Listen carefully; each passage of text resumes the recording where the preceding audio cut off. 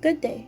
I am Fernandez, and along with my classmate John Sito, we are here today to discuss chemical senses under sensory physiology.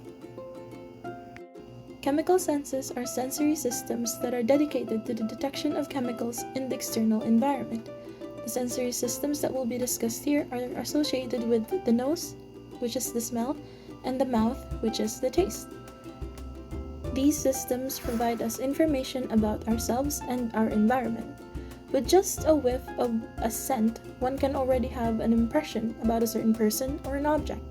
Or how about the taste of your mother's cooking, which is still slightly different from how other people are cooking it, despite being the same recipe.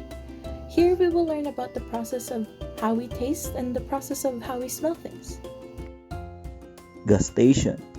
According to Lawrence Cole and Peter R. Kramer, taste perception or gustation is the sensory detection of food on the tongue. Major sense organs in the process of gustation would include the taste buds, lingual papillae, and the basal cells. For the taste buds, these are group of cells arranged like orange slices around the hollow taste pores. These are commonly found in the walls of the visible structure called the lingual papillae, and 10,000 or more are found in the mouth, throat, and the tongue. Overall function of the taste buds would include the communication of the sense of taste to the brain.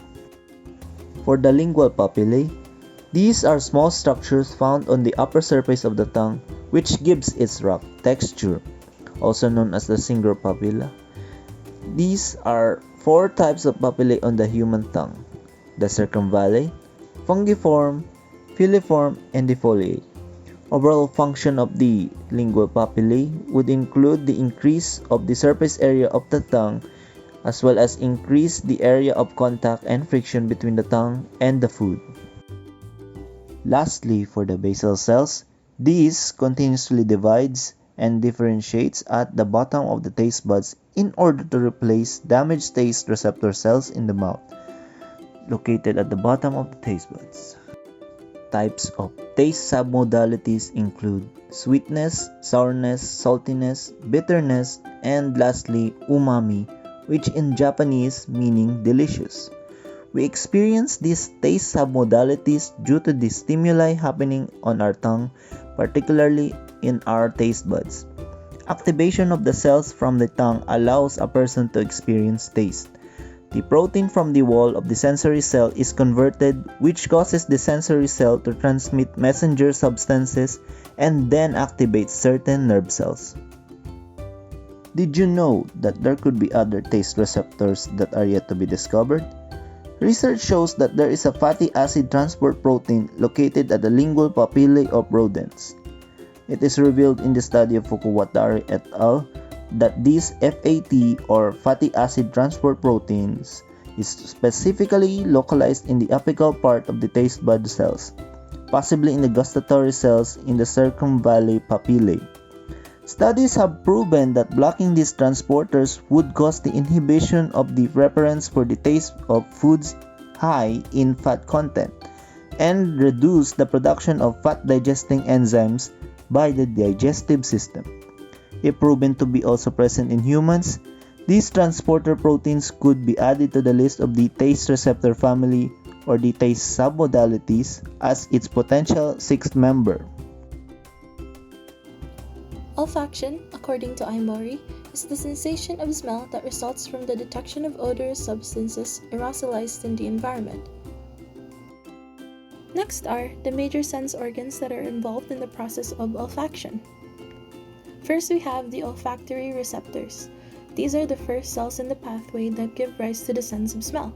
They lie in a small patch of epithelium called the olfactory epithelium. It is located in the upper part of the nasal cavity. These cells only survive about for 2 months and are constantly being replaced by new cells produced from stem cells. And each of them contains only one of the 400 or so different plasma membrane odorant receptor types. Next is the olfactory bulb. These are the axons of the olfactory receptor cells, synapse in a pair of brain structures. These are located on the undersurface of the frontal lobes. Axons from the olfactory receptor cells that share a common receptor specificity synapse together on a certain olfactory bulb neurons. For the process of olfaction, we have summarized it into 3 small parts. For the first part, molecules, in this case odorant molecules, of the substance must first diffuse into the air and pass into the nose to the region of the olfactory epithelium. For the second part, these molecules enter through the mucus that covers the epithelium and then bind to a specific odorant receptor on the cilia. Look at the part of the diagram where the olfactory receptor cells are, and notice where the odorant molecules, or the green dots, go to the cilia. Then we go to the third part, where specific odorant receptor cells activate only a certain olfactory bulb neuron, allowing the brain to determine which receptors have been stimulated. At this part, this is where the brain processes the smell. Did you know the olfactory system is the only sensory system that does not synapse in the thalamus prior to reaching the cortex? Information passes from the olfactory bulbs directly to the olfactory cortex and in parts of the limbic system. The limbic system and associated hypothalamic structures are involved in emotional, food-getting, and sexual behaviors. The direct connection from the olfactory system explains why the sense of smell has such an important influence on these activities. Lastly, for olfactory discrimination, it varies with attentiveness, hunger, where sensitivity is greater in hungry subjects, gender, where women in general have a keener olfactory sensitivities than men, smoking, in which decreased sensitivity has been repeatedly associated with smoking, age, the ability to identify odors decreases with age, and a large percentage of elderly persons cannot detect odors at all. And lastly, is the state of olfactory mucosa. The sense of smell decreases when mucosa is congested, as in like a head cold. Studies on chemical senses. For gustation, a study about the development of biosensors have been examined. Partial taste biosensors have been integrated based on mimic or natural taste components of mammals. Taste biosensors are still under development, and the limitation of their application is mainly caused by long-term storage, performance stability, high cost, and low production yield. An example of the positive outcome of this study would be the taste epithelium-based biosensors, which are integrated by fixing the stripped epithelial tissues containing intact taste bud or taste receptor cells on secondary transducers. For the olfaction, a case report about the duration of the smell training of a patient suffering from an olfactory dysfunction have been analyzed. Viruses may cause the occurrence of a post-infectious olfactory dysfunction or PIOD, which starts when a person loses partially or completely his or her sense of smell.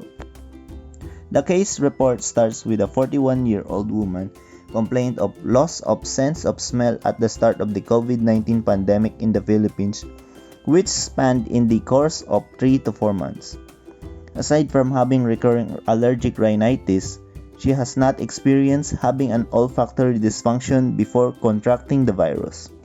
The exact mechanism of olfactory loss in the COVID-19 is still debatable, but studies have made some speculations and theories of having olfactory dysfunction from certain respiratory viruses.